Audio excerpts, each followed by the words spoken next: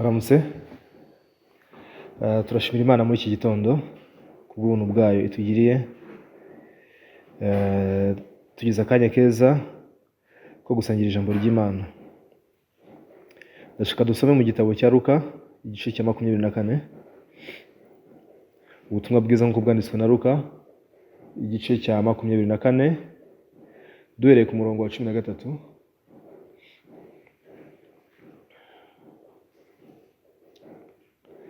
Tugeze ku murongo wa 35.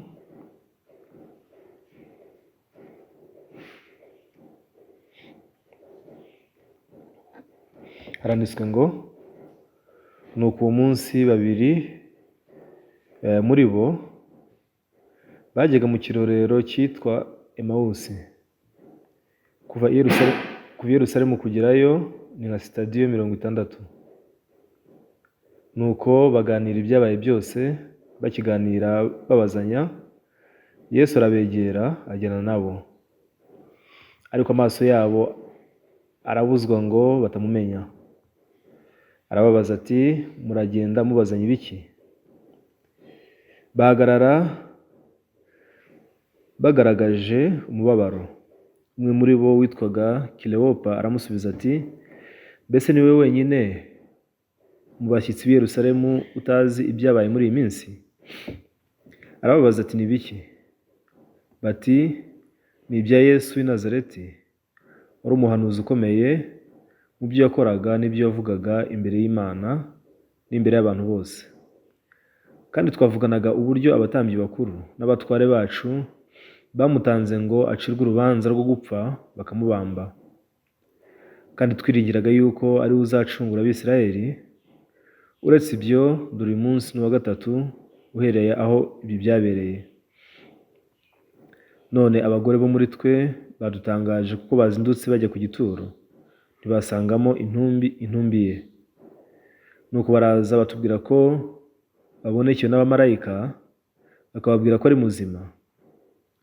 Kandi bamwe mu bari bari kumwe natwe bagiye ku gituro basanga ariko biri uko abagore batubwiye, ariko we ntibamubona. Arababwira ati, mwabapfumwe, imitima yanyu itinze cyane kwizera ibyo abahanuzi bavuze byose. None se Kristo ntiyari akwiriye kubabazwa atyo ngo abone kwinjira mu bwiza bwe? Atangirira kuri Mose no ku bahanuzi bose, abasobanurira mu byanditswe byose ibyanditswe kuri we. Bageze bugufi bw'ikirorero bajyagamo, agera nk'ushaka kugicaho.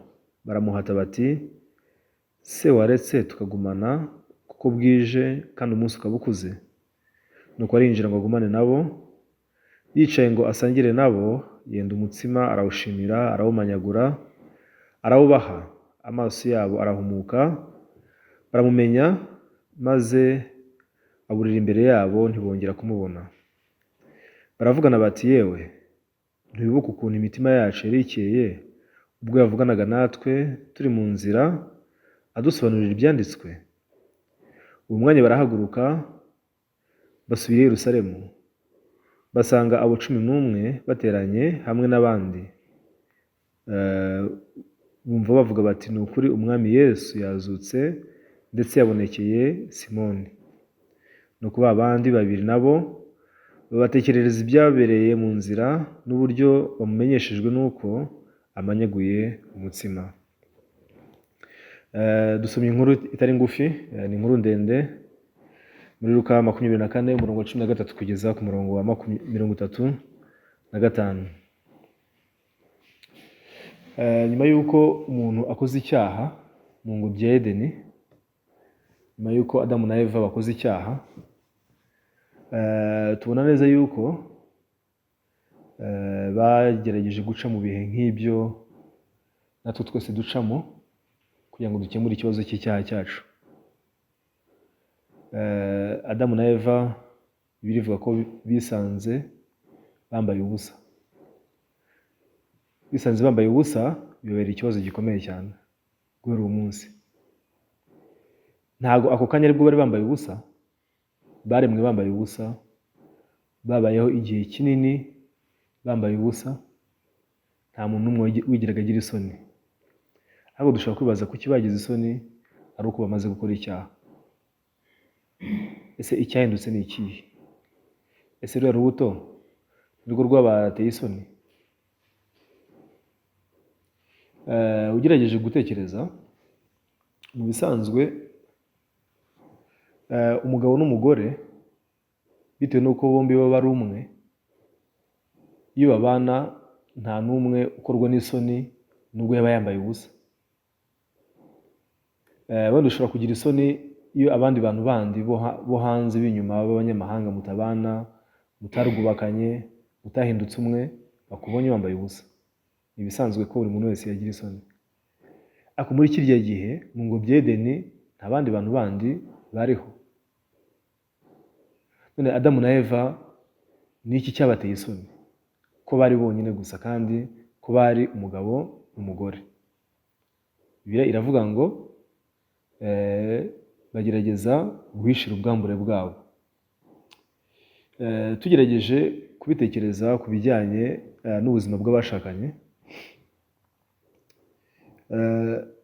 umugabo n'umugore igituma nta n'umwe ugira isoni za mugenzi we nubwo yabona ubwambure bwe, nta kindi kibitera no kubera ko bose baba barabaye umwe, babiri baba barabaye umwe. Tekereza uri wenyine muri dushe urimo koga, ushobora kugira isoni? Kubera ko uri umwe uri wenyine ntabwo ushobora kwitera isoni. Ababiri bahindutse umwe ntabwo bashobora kugira isoni kubera ko bose bari bamaze kuba umwe. Uko ni nako rero mu buryo bw'umwuka Adamu na Eva icyatumaga batagira isoni si uko batari bambaye ubusa, ahubwo ni uko bari umwe n'Imana. Umutima wabo n'umutima w'Imana byari bihujwe. Imana imurema, Bibiliya ivuga ko yahumekeye muri we umwuka w'ubugingo, nuko ahinduka ubugingo buzima. Bivuze ko Imana yafashe igice kimwe cyo kuri iyo nuko igishyira hehe? Igishyira mu muntu. Ariko bamaze gukora icyaha, Bibiliya ivuga neza yuko icyaha cyazanye ingaruka ikomeye yo gutandukanya umuntu n'Imana. Adamu na Eva bakimara gukora icyaha ntabwo bari bakiri umwe n'Imana. Baramaze kuba abanyamahanga, baramaze kuba abantu batandukanye, bituma noneho bashobora kugira gute? Kugira isoni z'ubwambure bwabo. Bakubwiye ati yambura imyenda yawe usohoke ugere hanze mu muhanda ugende, nta n'umwe watinyuka kubikora. Kubera iki? Kubera yuko abagiye kukubona ni abantu batandukanyijwe nawe, ntago ari abantu bahindutse umwe nawe. Izo ni ingaruka z'icyaha zikomeye cyane mu buzima bw'abantu. Bibiliya ivuga ngo nuko ngo bagerageza kwiremera ibibabi by'imitini, ngo biremeramo ibicocero kugira ngo bahishire ubwambure bwabo. Ni ukuvuga iki? Ni ukuvuga ngo bagerageje gukoresha ibikorwa byabo, imirimo yabo kugira ngo bahishe za soni zabo. Bumvaga ko mu byo bakoze, mu bikorwa byabo, mu mirimo yabo hari icyo bakora kigatuma bakemura ikibazo cy'icyaha. Niko kugerageza gusoroma amababi y'imitini, nuko bakiremeramo ibicocero. Bibiliya ivuga neza yuko ibyo ntabwo byashoboraga gukunda kugeza ubwo Imana ubwayo yimanukiye ikica itungo, nuko ikabambika umwambaro w'uruhu. Ibambitse umwambaro w'uruhu nibwo bashoboye gutekana. Bisobanura iki? Bisobanura ko gutwikira isoni zabo, gutwikira ubwambure bwabo, ni nk'ukuntu Imana nayo yadukoreye kugira ngo ikemure ikibazo cy'ibyaha byacu. Igishobora gutwikira ibyaha byacu tugatekana nta kindi ni imirimo y'Imana, iyo Yesu Kristo yadukoreye ku musaraba. Ariko imirimo yacu ubwacu tugerageza gukora kugira ngo dutwikire icyaha cyacu ntabwo ari imirimo itunganye ishobora gutwikira isoni z'ubwambure bwacu. Ahubwo Imana niyo igomba kumanuka ubwayo igakora. Ubutumwa bwiza muri Bibiliya burasobanutse neza ku buryo umuntu Imana yafunguye umutima we nta kindi yakora usibye kubwizera. Ko Bibiliya ntiyivuguruza, muri Bibiliya nta rujijo rubamo. Bibiliya iratwereka neza umusaruro w'ibikorwa by'umuntu ndetse n'umusaruro w'ibikorwa by'Imana. Ni ibintu bibiri bihabanye bitandukanye. Umuntu aramutse yikoreye ku giti cye ntabwo abasha gutwikira koko isoni z'ubwambure bwe. Za soni zirongera zikagaruka nanone byanze bikunze. Niyo mpamvu iyo dukoze icyaha, ibyo twagerageza gukemuza icyaha byose ntabwo bishobora kugikemura burundu. Mu gihe wibye, cya kindi wibye nubwo wagisubizayo, uwo wibye ukanamukubira kabiri ibyo wamwibye, n'undi mutima wawe ntabwo utekana. Mu mutima wawe hasigaramo urubanza. Nubwo wagerageza kujya gufasha abandi, ni hahandi umutima ukomeza kurega. Ni hahandi nubwo ubafashije ariko ni hahandi wakoze icyaha, ufite urubanza. Imana iramutse igucira urubanza, wahanwa, warimbuka. Uko niko igikorwa cyose umuntu yakora nta na kimwe gishobora gutunganya umutima we kugira ngo uke urubanza rushiremo. Rero muri Bibiliya icyo ngicyo nicyo Imana ishaka kutwigisha. Ariko ni ryari gishobora gushinga imizi mu mitima yacu? Ni ryari uko kuri gushobora kuguma mu mitima yacu? Bibiliya igaragaza neza ko nta bushobozi dufite bwo kugumana ijambo ry'Imana mu mitima yacu. Ijambo ry'Imana rikagereranya imitima yacu ngo n'ibitega bitobotse bidashobora gukomeza amazi. Mu gitabo cya Yeremiya igice cya 2 umurongo wa 13, reka tubasome. Ndabizi kuri ijambo musanzwe murizi, ariko reka twongere turitekerezeho. Yeremiya igice cya 2 umurongo wa 13 haranditswe ngo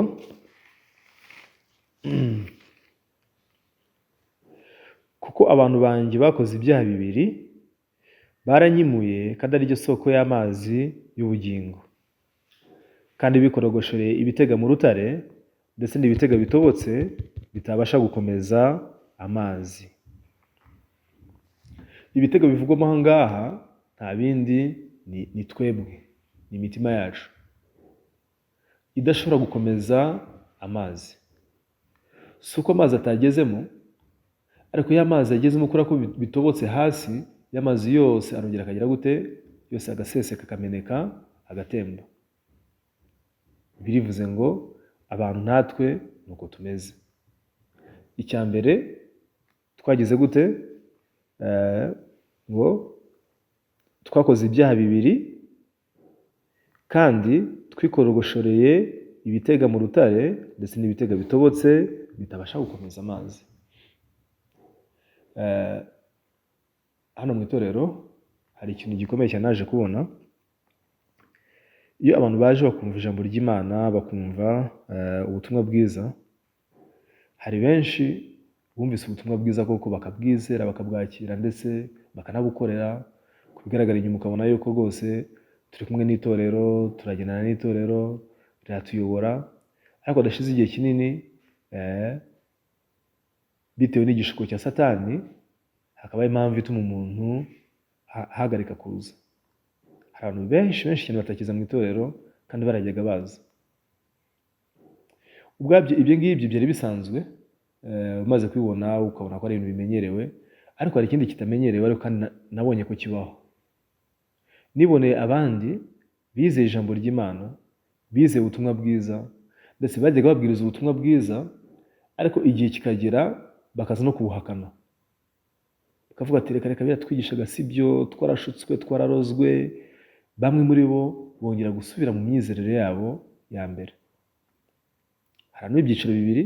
Hari abumva ubutumwa bwiza bakishima, bakaba mu itorero bagakora ubutumwa bwiza, Imana ikabakorera imirimo ikomeye cyane, ariko bikarangira bitandukanyije n'itorero. Ariko byibura naho bari, nubwo bataza guterana, nubwo bataza, ariko bakomeza kwibuka no kuzirikana ijambo ry'Imana.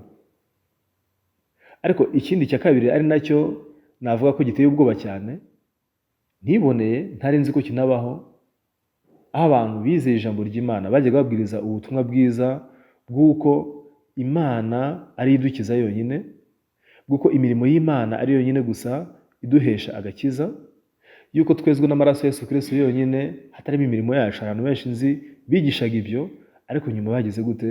Bageze aho nabyo barabihakana. bigaragaza ko ijambo ry'Imana ari ukuri koko. Imitima yacu ngo ni ibitega bitobotse bitabasha kugira gute gukomeza amazi. Ariko rero hariho inzira y'Imana. Nubwo dufite ibitega bitobotse bitabasha gukomeza amazi, hariho inzira y'Imana y'ukuntu twakomeza kuguma mu kwizera, tugakomana kwizera mu mitima yacu. Kubera yuko udakomeje kwizera kugeza ku munota wa nyuma, ntabwo wavuga yuko ukora ukwizera k'ukuri. Ukwizera k'ukuri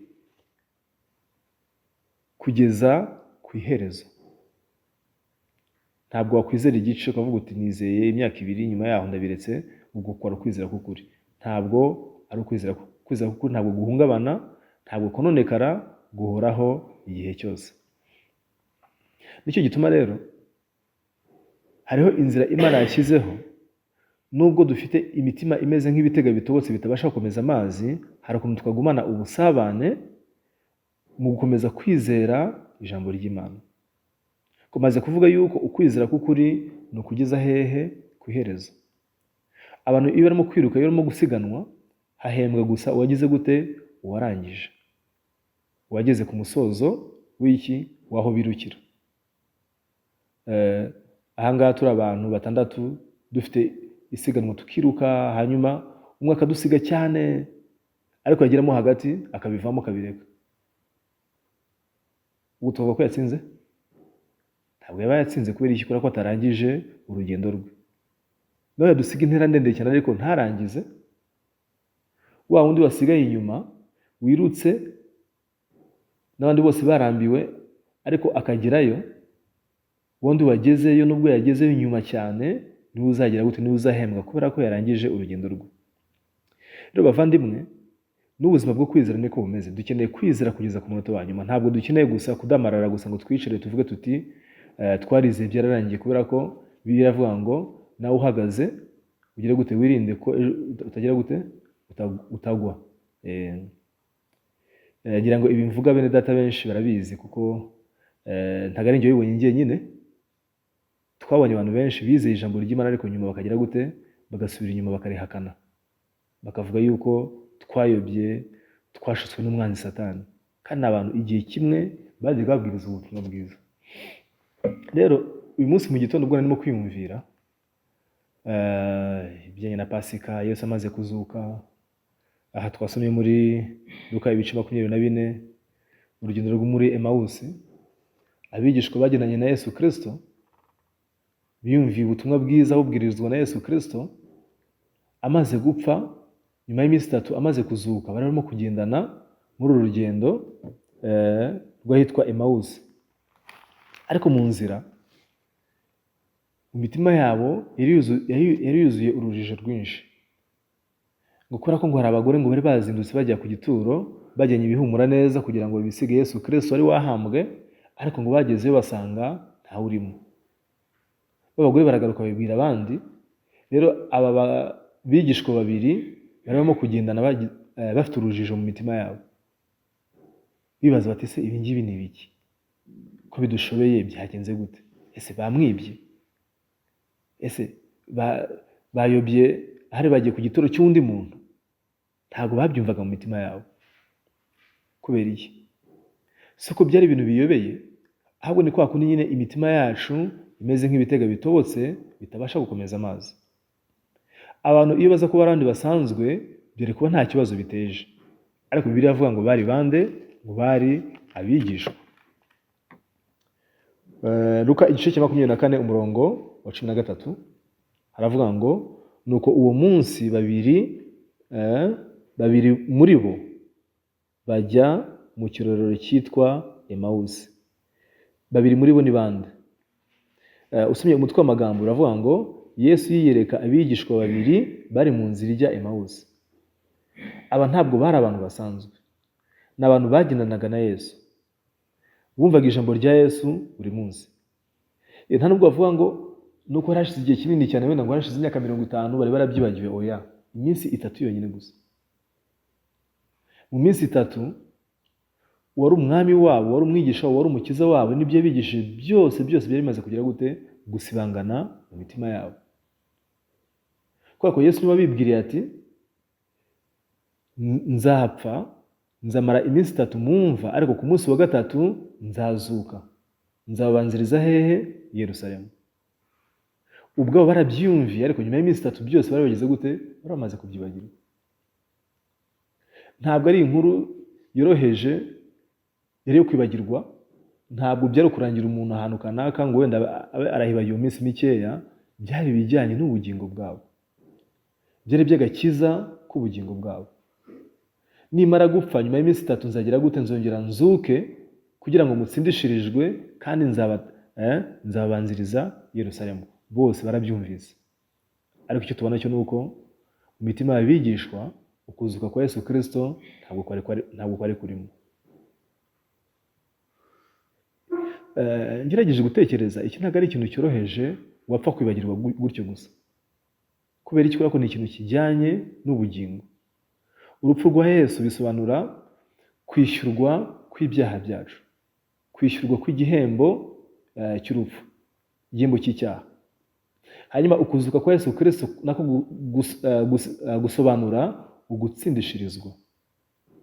Mu gitabo cy'Abaroma ibice 4:25 avuga ngo watangiye ibicumuro byacu akazurirwa kugira ngo dutsindishirizwe. Icyo ntabwo ari ikintu cyari cyoroheje bari gupfa kwibagirwa gutyo gusa, kubera ko ni ikigomba gukiza ubugingo bwabo n'ubugingo bw'abantu bose bo mu isi. Ariko icyo babaje ni iki? Imitima yabo, kubera ko ari ibitega bitobotse, ntabwo byashoboye gukomeza kugumana iryo jambo ndetse nuko kwizera. Hanyuma Bibiliya ivuga ngo Yesu Kristo araza muri uwo muhanda agendana nabo, kubera ko yari yazutse. Uno yumva barimo kwiburanya, bajya impaka hagati yabo, arababaza bimeze bite? Nuko baramubaza bati ese ni wowe mu bashyitsi bari Yerusalemu utamenye ibyabaye? Wari umukiza twe twiringiye ko azakiza isi. Bibiliya niko ivuga. Reka dusome Luka igice cya 24 umurongo wa 20 no 21. Kandi twavuganaga uburyo abatambyi bakuru n'abatware bacu bamutanze ngo acibwe urubanza rwo gupfa bakamubamba. Kandi twiringiraga yuko ari uzacungura Abisirayeli. Uretse ibyo, dore uyu munsi ni wa gatatu uhereye aho ibyo byabereye. Ni ukuvuga iki? Twiringiraga ko ari uzakiza, ari uzacungura Abisirayeli. Ikinyarwanda turacyumva neza? Iyi nteruro wayita gute? Twari twiga ibyitwa ikibonezamvugo. Iyi ntabwo ari interuro yo kwizera, ahubwo ni interuro yo kutizera, niyo guhakana, sibyo? Twiringiraga ko ari uzacungura Abisirayeli, none ntabwo acunguye Abisirayeli. Yabona icyo bishaka kuvuga. Kubera ko bari bafite gushidikanya ndetse no guhakana ibyo bari barumvise mbere, kuko Yesu yari yababwiye yuko ari umucunguzi w'Abisirayeli, kandi ngo bajyaga babyiringira kubera ko apfuye ntabwo akiri umucunguzi w'Abisirayeli. Imitima yabo tubona neza yuko yari yamaze gusubira mu mwijima, bamaze kwibagirwa ibyo Yesu yababwiye byose. Ukwizera kose bari bafite ntabwo kubasha kuboneka hehe? Mu mitima yabo. Kugarukira aha ngaha birasa nkaho ari ikibazo gikomeye, kandi nk'uko nari maze kubivuga, ibyabaye ku bigishwa bo muri Emawusi nabyo bibaho mu buzima bwacu bwa buri munsi. Ariko biravuga ngo nakomeje gusoma Luka igice cya 24. Ubwo Bibiliya ivuga ngo Yesu ngo yahereye ku by'abahanuzi ndetse n'ibya Mose, yongera kubasubiriramo ubutumwa bwiza. Yongera kubigisha yuko ari abahanuzi bahamije yuko Mesiya ari uzacungura Abisirayeli koko. Na Mose ubwe yahamije yuko Yesu Kristo ari we mukiza w'inyoko muntu yose. Yesu ngo ahera kuri ibyo byose yongera kubigisha, yongera kubibutsa.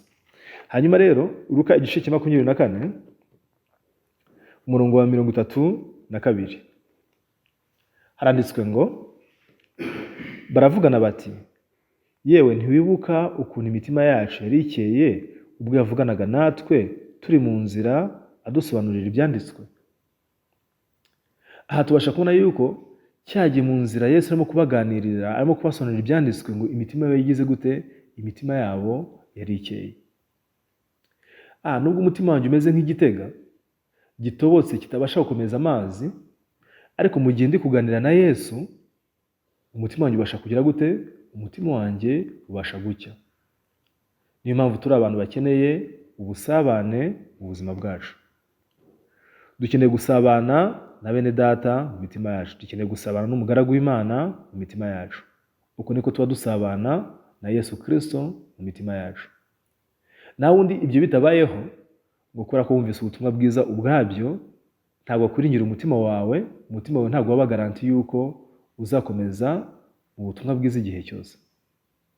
Nkuko byagendekeye bene data bagambaniye ubutumwa bwiza, ibyo nanjye ndetse nawe bishobora kutubaho.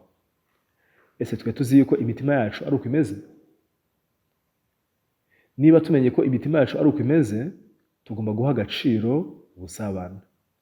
Ni ukuvuga ngo dukeneye guhora duhujwe n'ubusabane igihe cyose. Tukimara gutandukanywa n'ubusabane bwo mu itorero, bwo mu ijambo ry'Imana, iminsi 3 yonyine gusa irahagije kugira ngo ibyo wari urimo imyaka myinshi cyane, uyu munsi Satani agushuke ubihindura ubusa, kandi ubikemange ubishidikanyeho. Abari mu rugendo rwo muri Emawusi, aba bigishwa babiri, dusomye neza inkuru yabo twitonze, tubasha kubona neza mu buryo budashidikanywaho uburyo imitima yabo iri yavidutse kandi yuzuye gushidikanya no kutizera. Ntabwo ari ijambo ryoroshye. Twiringiraga ko ari uzakiza Abisiraheli. None ese koko ntabwo ari we uzacungura Abisiraheli? Ubu ntakiri umukiza kubera ko yapfuye gusa?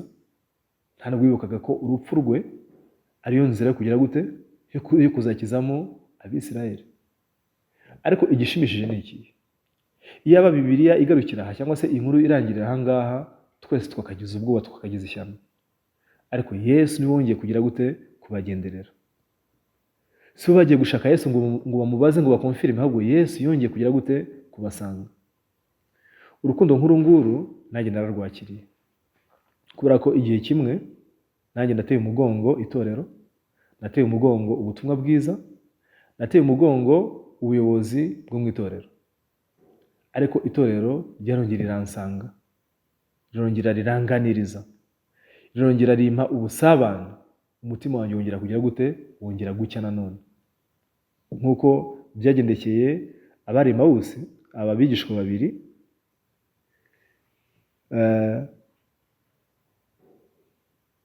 31, 32, amaso yabo barahumuka, baramumenya, maze aburira imbere yabo, ntibongera kumubona. Baravugana bati, yewe ntiwibuka ukuntu imitima yacu yari ikeye ubwo yavuganaga natwe? Imitima yabo yakeye ryari? Yakeye igihe bavuganaga na Yesu Kristo. Igihe bongera kugira ubusabane na Yesu Kristo, nibwo rwari urujijo rwose. Kwa kutizera kose byagize gute? Byashoboye gukemuka, byashoboye gushira mu mitima yabo. Bene data rero, itorero ririho kugira ngo ritugirire umumaro nk'uwo nguwo. Yaba njyewe yaba wowe, ejo n'ejo dushobora kugwa. Ngo iyo uhagaze wirinde cyangwa se witonde, nawe utagira gute? Utaza kugwa. Ariko kubera yuko hariho ijambo ry'Imana, kubera ko hariho ubusabane bubasha kongera gukesha imitima yacu, muri ubwo busabane niho urujijo rwacu rukemukira, kutizera kwacu gukemukira, umwijima uri mu mitima yacu ukemukira. Hari irindi kosa tujya dukora, iyo turi mu itorero ntitubura ikintu kidusitaza. Yewe n'umugaragu w'Imana ashobora kudusitaza, ashobora kubwira ijambo rikaba ryakubabaza. Mwene so ashobora kubwira ijambo rikaba ryakubabaza. Ushobora kubona ikintu runaka kikaba cyakubabaza, nacyo kikagira gute? Kigafunga umutima wawe, kigatuma utaza mu itorero. Ariko aho ngaho rero hari benshi bibaza bati, bafashe icyemezo cy'ubwenge, ikintu cyose, inama yose umutima wawe kugiriye ntabwo ari inama y'ukuri. Yego nubwo ijambo rya mwene data wenda ryansitaje, nubwo ibyo nabonye wenda byansitaje bikaba byenda kumfunga umutima, niki cyawufungura? Niki cyakemura icyo kibazo? So kwitandukanya n'ubusabane, ahubwo ni ukwihuza n'ubusabane. ushoboye gusabana na bene data, umutima wawe uracya, rwa rujijo, kwa kutizera, kwa gufunga umutima bikagira gute, bikabasha koroha. Ni ukuvuga ngo ugerageje gukemura ikibazo umutima wawe ugize mu nzira zawe, icyo ukora nta kindi ni ukwiroha, ni ukwiheza, ni ukugenda burundu ubutagaruka. Ariko utumviye amajwi y'umutima wawe, ukavuga uti reka nganire n'uyu mwene data, reka nganire n'umugaragu w'Imana, muri bwa busabane imitima yacu ibasha gucya. Biravuga ngo ntimwibuke uko imitima yacu yari ikeye ubwo twavuganaga nawe. Binyuze mu kongera kuganira na Yesu Kristo, bongeye kongera kuzahuka imitima yabo. Petero byamugendekeye gute? Amaze kwihakana Yesu, nawe yiciye urubanza, yisubira mu byo kuroba. Nawe Yesu arongera aramusanga. Yesu yongera kuvugana nawe. Mu busabane Petero yongeye kugirana na Yesu Kristo, Petero yongeye kugarukana nanone kwizera. Burya bwose Imana niyo yantoranyije. Imana niyo yambwiye ngo izangira umurobyi w'abantu. Nubwo nagerageje kubyigira mu kurwanira Yesu, mu kugerageza kuba umwigishwa mwiza, ariko ikivuyemo birangiye mutaye burundu nisubiriye mu kuroba. Ariko Yesu yongeye kugaruka kuvugana nanjye. Nongeye gusabana na Yesu Kristo. Mu ijambo rya Yesu Kristo niho Petero yabonye imbaraga zo kuba umurobyi w'abantu koko. Ariko Petero mu kugerageza kubyikorera, arwanirira Yesu, agerageza kuba umwigisha mwiza kuruta abandi, byarangiye agambaniye Yesu ndetse amutaye.